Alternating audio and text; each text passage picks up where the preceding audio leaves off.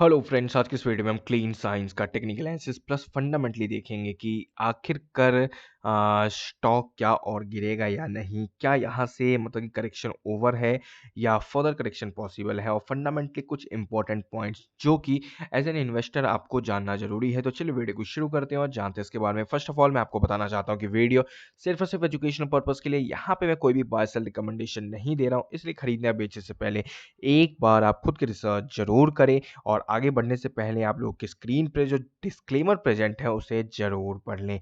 तो अब हम चलते हैं क्लीन साइंस के बारे में बात करते हैं। तो क्लीन साइंस जब आईपीओ के टाइम आया था तो 2700 चल रहा था और अभी जो है 1430 रुपए के आसपास ट्रेड कर रहा है। लास्ट ओवरऑल 1 ईयर से देखेंगे तो स्टॉक कंप्लीटली कंसोलिडेट कर रहा है, 50% डिस्काउंट में मिल रहा है। और अब अभी पहले चार्ट डिस्कस करने से पहले कुछ इंपॉर्टेंट चीजें जो कि आपको ध्यान में रखनी चाहिए। तो क्लीन साइंस कब कंपनी कितनी पुरानी है, तो अगर आप देखो क्लीन साइंस 2003 में बनी थी, ठीक है। और ये जो है कुछ केमिकल जैसे कि परफॉर्मेंस केमिकल्स इनमें डील करती है, फार्मास्यूटिकल केमिकल्स इसमें डील करती है, और एफएमसीजी केमिकल्स, ये तीन टाइप के केमिकल्स में मतलब कि जो क्लीन साइंस है डील करती है। अगर आप नीचे जाके और देखोगे कुछ चीजें जो इंपॉर्टेंट आपको ध्यान में रखना चाहिए, तो जो कंपनी के जो इंटरनेशनल फुटप्रिंट्स जो हैं कहाँ-कहाँ हैं कंपनी, क्योंकि आउट ऑफ इंडिया भी वर्क करती है और 70% रेवेन्यू उनका वहीं से आता है। तो अगर आप देखोगे यहाँ पे जैसे कि China, Europe, USA, Korea, Taiwan, Japan, Bayer AG, ये कुछ कंपनीज के नाम हैं जो कि कहीं न कहीं इनसे मतलब कि क्या करते हैं, केमिकल्स लेते हैं, जिसमें से विनादी ऑर्गेनिक्स का भी नाम है, आप जिस चेकआउट कर सकते हो। Are a few of its customers, ये सब कस्टमर भी हैं। और फाइनेंशियल ईयर 2022 में जो 70% जो रिवेन्यू आया था, ठीक है, वो कहाँ से आया था? एक्सपोर्ट्स आउटसाइड इंडिया, ठीक है। तो आउटसाइड इंडिया जिन्होंने जितना भी एक्सपोर्ट किया, उसमें से 70% रिवेन्यू जो है मतलब कि एक्सपोर्ट करके आया था। सिंपल सी बात है। अगर आप नीचे जाके देखोगे तो कंपनी की जो मैन्युफैक्चरिंग फैसिलिटीज है जो इंडिया में है, 3 प्रोडक्शन है जो कि हमें ध्यान में रखना चाहिए। और अगर आप देखोगे नीचे और चलोगे तो कुछ इंपॉर्टेंट पॉइंट जरा देखा जाए कुछ और है, तो यस बहुत सारी चीज़ें हैं जो कि आप पढ़ सकते हो, लेकिन ओवरऑल ऊपर-ऊपर से देखोगे तो ये सारी चीज़ें थी। और रेवेन्यू का कंसंट्रेशन जो यहाँ पे एक पॉइंट है, वो क्या है कि फाइनेंशियल ईयर 2022 में, ठीक है, एक कस्टमर से जो है 12.5% आया था रेवेन्यू ऑफ टोटल रेवेन्यू, ठीक है। मान लो फॉर एग्जांपल कंपनी 100 रुपए कमा रही है तो उसमें से 12.5 रुपए मतलब कि एक ही कस्टमर से आता हुआ दिखा था, ठीक है। तो ये कहीं ना कहीं एक इम्पॉर्टेंट पॉइंट है। अब ये इम्पोर्टेंट क्यों है? क्योंकि फॉर एग्जांपल वो जो अब जो कस्टमर है वो इंटरेस्ट नहीं ले, मतलब उसे इंटरेस्ट नहीं है फादर प्रोडक्ट लेने में इनसे, वो चेंज कर देता है, तो कहीं ना कहीं इनके रिवेन्यू में काफ़ी बड़ा ड्रॉप आएगा। तो ये कहीं ना कहीं काफ़ी इंपॉर्टेंट पॉइंट है जो कि हमें ध्यान में रखना चाहिए। बाकी ये सारी चीज़ें अगर आप इनके वेबसाइट पे चलोगे तो वेबसाइट इनकी काफ़ी अच्छी लगती है। अगर आप नोटिस करोगे यहाँ पे देख सकते हो, मैं आपको दिखाना चाहता हूँ।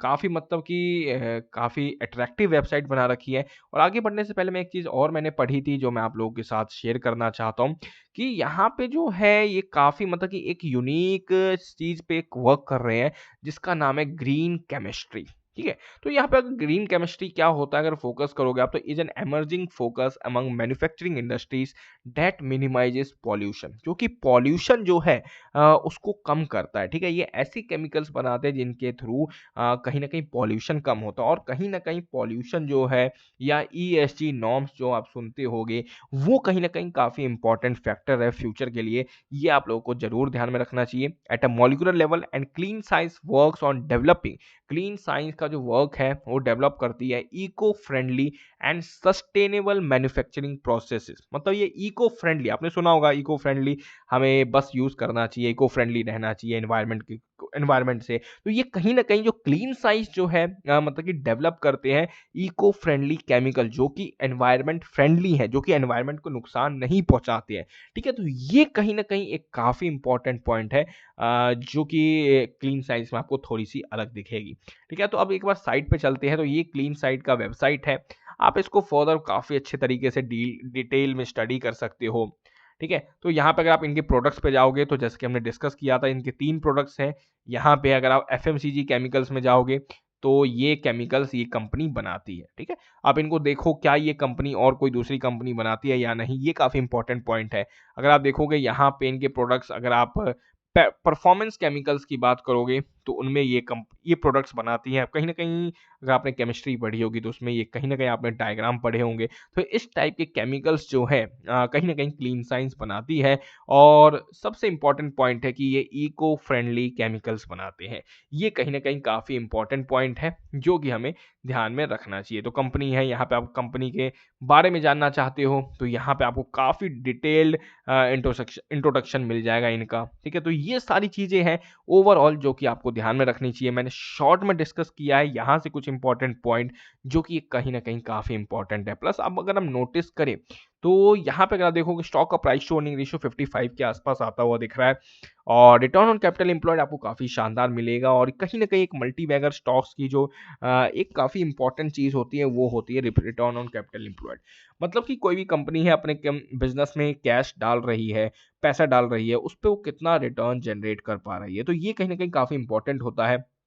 और जितने भी आप लास्ट प्रीवियस हिस्ट्री उठा के देखोगे मल्टीबैगर स्टॉक्स का जो है ना return on capital employed generally आपको काफ़ी हाई मिलेगा। तो इसका भी हाई है, ये चीज़ आपको ज़रूर ध्यान में रखना चाहिए। आप इस पे फर्दर स्टडी करो, क्या ये बात सही है या नहीं है, तो इस पे आप जाके फाइंड आउट करो। तो यहाँ पर रिटर्न ऑन कैपिटल एम्प्लॉयड इस कंपनी का काफ़ी शानदार है। अगर हम चार्ट पे देखें पी रेशियो कहीं न कहीं रिसेंट टाइम में काफ़ी गिरता हुआ दिख रहा है और काफ़ी लंबे समय से कंसोलिडेट कर रहा है। अगर हम यहाँ पे क्वार्टर या प्रॉफिट एंड लॉस स्टेटमेंट में जाएँगे, अगर लास्ट ईयर का कंपेयर करेंगे 936 सीआर का सेल्स के नंबर थे, ऑपरेटिंग प्रॉफिट मार्जिन 43% के मार्जिन पे कंपनी वर्क कर रही है, ये कहीं न कहीं काफ़ी शानदार बात है। ये चीज़ आपको ध्यान में रखना चाहिए और प्री कोविड लेवल्स जो कि 2020 के पहले जो जिन मार्जिन पे वर्क कर रही थी, उन मार्जिन पे कंपनी ऑलरेडी पहुँच चुकी है, तो मार्जिन पे कोई ज़्यादा प्रेशर नहीं देखा जा रहा है। ये कहीं न कहीं अब अच्छी बात है और 2023 में जो प्रॉफिट्स आए थे, वो ऑलमोस्ट लाइफ टाइम हाई के आसपास थे, 295 ऑलमोस्ट नहीं, काफ़ी अच्छे लेवल से बढ़ते हुए दिख रहे थे और जहाँ तक मुझे उम्मीद लग रही है कि इस ईयर के भी प्रॉफिट कहीं न कहीं पिछले ईयर से बढ़ते हुए दिखेंगे। तो यहाँ पे कोई भी दिक्कत नहीं है। Compounded profit growth 5 years 43%, compounded sales growth 5 year 31%, stock price अभी तो स्टॉक प्राइस मार्केट में आया ही है, तो स्टॉक प्राइस हमें रिजल्ट्स नहीं दिखेंगे। तो ओवरऑल अगर आप देखोगे काफ़ी मतलब कि क्लीन अगर आप इनकी बैलेंस शीट को भी चेकआउट करोगे तो बोरोइंग्स 0 है, रिजर्व्स कंटिन्यूअसली बढ़ते हुए दिख रहे हैं और यहाँ पे अगर हम देखें फिक्स्ड एसेट्स वो भी लास्ट 2 ईयर से कांस्टेंट है लेकिन वो भी इंक्रीज होते हुए दिख रहे हैं। और इन्वेस्टमेंट जो है यहाँ पे रीसेंट जो चल रहा है वो 139 सीआर का ये भी कहीं न कहीं चलता हुआ दिख रहा है। तो काफ़ी चीज़ें अच्छी मिलेंगी इस शेयर में आपको, ये चीज़ आपको ध्यान में रखनी चाहिए और इस पे आप फर्दर रिसर्च करो। ओवरऑल ऊपर-ऊपर से कंपनी काफ़ी क्लीन लग रही है, ज़्यादा मतलब कि उतनी बेकार नहीं लग रही है, काफ़ी अच्छी लग रही है। तो ये चीज़ आपको ज़रूर ध्यान में रखना चाहिए, इस पे फर्दर आपको स्टडी करना चाहिए। मार्केट में कभी भी आपको किसी के कहने पे ना पैसा नहीं डालना चाहिए, ये मैं आपको बता देना चाहता हूँ। खुद की रिसर्च करें क्योंकि क्या होता है फॉर एग्ज़ाम्पल आपने किसी के कहने पे पैसा डाल तो दिया, लेकिन क्या होगा कि जब वो स्टॉक गिरने लगेगा ना, तो आप फिर वहीं पे फिर कमेंट करोगे कहीं-कहीं, पूछोगे ये शेयर गिर गया क्या करें? लेकिन अब ऐसा कब होता है? जब ऐसा तभी होता है जब आप खुद की रिसर्च नहीं करते हो, ठीक है? आप किसी दूसरे के कहने पे शेयर खरीदते हो। लेकिन अगर आप खुद के रिसर्च पे खरीदोगे, खुद पे मतलब कॉन्फिडेंस है जिस स्टॉक में उसी को उठा रहे हो आप, तो उसमें कहीं न कहीं अगर आपको गिर भी जाए तो टेंशन नहीं होती है, रिस्क आपको लगता है चलो कोई नहीं गिर गया तो बाद में उठ ही जाएगा। तो ये कहीं न कहीं अपना खुद का रिसर्च करने का मतलब कि फ़ायदा होता है और काफ़ी मतलब कि टेंशन फ्री रहता है एक पर्सन अगर टेंशन फ्री रहोगे आप अगर आप रिसर्च करते हो तो प्लस आपका कॉन्फिडेंस कन्विक्शन काफ़ी इंक्रीज होता हुआ दिखेगा एक पर्टिकुलर कंपनी के बारे में।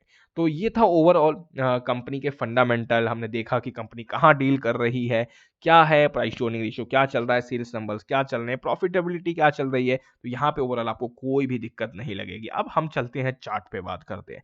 अब यहाँ पे अगर आप चार्ट पे फोकस करोगे चार्ट काफ़ी इंटरेस्टिंग है। क्यों इंटरेस्टिंग है कि ओवरऑल यहाँ पे अगर आप देखोगे रिसेंट में मैं कंसोलिडेशन को दिखाना चाहता हूँ। तो ये जो कंसोलिडेशन है ये ही अपने आप में काफ़ी इंपॉर्टेंट पॉइंट है। अगर आप इस कंसोलिडेशन को देखोगे तो यहाँ पे क्या चल रहा है कंसोलिडेशन तो चल रहा है लेकिन अगर आप इसके लास्ट कैंडल्स को जरा फोकस करोगे तो यहाँ पे कुछ ना कुछ डोजी टाइप की कैंडल बनती हुई दिख रही है। एक काफी लंबे करेक्शन के बाद वो भी 3 महीने के चार्ट पे एक डोजी की फॉर्मेशन हो रही है। ये अपने आप में कहीं ना कहीं काफी बड़ी बात है। प्लस अगर हम वीकली चार्ट पे ध्यान दें तो ये चीज़ आप देख सकते हो, यहाँ पे भी ये कहीं न कहीं मजबूत होने की कोशिश कर रहा है और जैसा हमने देखा ही काफ़ी लंबे समय से कंसोलिडेट कर रहा है, कंसोलिडेशन से बाहर निकलने की कोशिश कर रहा है और जैसे ही ये स्टॉक इस कंसोलिडेशन से निकलेगा, तो ये काफ़ी तेज़ी से ऊपर जाता हुआ दिखेगा और वीकली चार्ट पे जैसे ही इस स्टॉक में आपको 20 एंड 50 एसएमए का क्रॉसओवर दिखेगा, तो कहीं न कहीं रैली कन्फर्म हो जाएगी। ये चीज़ आपको ध्यान में रखनी चाहिए। अभी कन्फर्म नहीं है, लेकिन जैसे ही 20 और 50 का क्रॉसओवर होगा, ये स्टॉक काफ़ी तेज़ी से ऊपर निकलता हुआ दिख सकता है। पहले से काफ़ी मजबूत है, लेकिन थोड़ा बहुत मजबूत और होता हुआ दिख सकता है विद टाइम और अगर हम देखें तो ओवरऑल यहाँ पे ठीक है। ये जो डोजी बनती हुई दिख रही है, ये डोजी कहीं न कहीं काफ़ी इम्पोर्टेंट है। 3 महीने के चार्ट पे ये चीज़ आपको ज़रूर ध्यान में रखना चाहिए। अब अगर इस स्टॉक को गिरना है, तो इस डोजी के नीचे क्लोज़ होना पड़ेगा, तभी गिरेगा, नहीं तो उससे पहले नहीं गिरने वाला और जब तक डोजी के ऊपर है, तब तक इसमें कोई फर्दर करेक्शन पॉसिबल नहीं है और अगर ये स्टॉक यहीं से रिकवर कर लेता है और अपने लाइफ टाइम हाई को अचीव कर जाता है, तो आप लोगों को यहाँ से ऑलमोस्ट 80 टू 90% का रिटर्न मिल सकता है। इवन उससे भी ज़्यादा मिलेगा क्योंकि अगर ऊपर जाएगा तो नया लाइफ टाइम हाई ही अचीव करके आएगा और एक चीज़ आपको और ज़रूर ध्यान में रखनी चाहिए कि जब भी जनरली इंटरेस्ट रेट्स हाई होते हैं, उस टाइम केमिकल स्टॉक्स परफॉर्म नहीं करते। अगर आप देखोगे रिसेंट टाइम में इंटरेस्ट रेट्स ऑलमोस्ट हाई पे चल रहे हैं और यहाँ पे जितने भी केमिकल स्टॉक्स हैं वो परफॉर्म नहीं कर रहे हैं। वो विनाती ऑर्गेनिक्स हो या क्लीन साइंस हो या दीपक नाइट्राइट हो या वो आरती इंडस्ट्रीज हो, कहीं न कहीं स्टॉक्स में कंसोलिडेशन चल रहा है या तो वो कंसोलिडेट नहीं कर रहे हैं तो वो गिरते हुए दिख रहे हैं। फॉर एग्जांपल आरती इंडस्ट्रीज का केस आपके पास सामने है, लाइव एग्जांपल है, आरती इंडस्ट्रीज कैसे गिरता हुआ दिख रहा है। तो ये कहीं न कहीं काफ़ी इंपॉर्टेंट पॉइंट है जो कि आप लोगों को ध्यान में रखना चाहिए और वैसे भी पहले काफ़ी दिनों से मतलब कि जो केमिकल इंडस्ट्रीज़ है, काफ़ी अच्छे तरीके से बुल रन में रही है, तो इसलिए कहीं न कहीं कंसोलिडेशन आप लोगों को देखा दिख रहा है। ये भी आपको ज़रूर ध्यान में रखना चाहिए। बाकी देखते हैं क्या होता है। ये कोई भी बाय सेल रिकमेंडेशन नहीं है, सिर्फ़ और सिर्फ़ मैंने अपना ओपिनियन शेयर किया है, जो मुझे लगता था, जो मुझे चार्ट पे दिखा, जो मुझे बैलेंस शीट पे दिखा, वो चीज़ मैंने आपके साथ शेयर की है।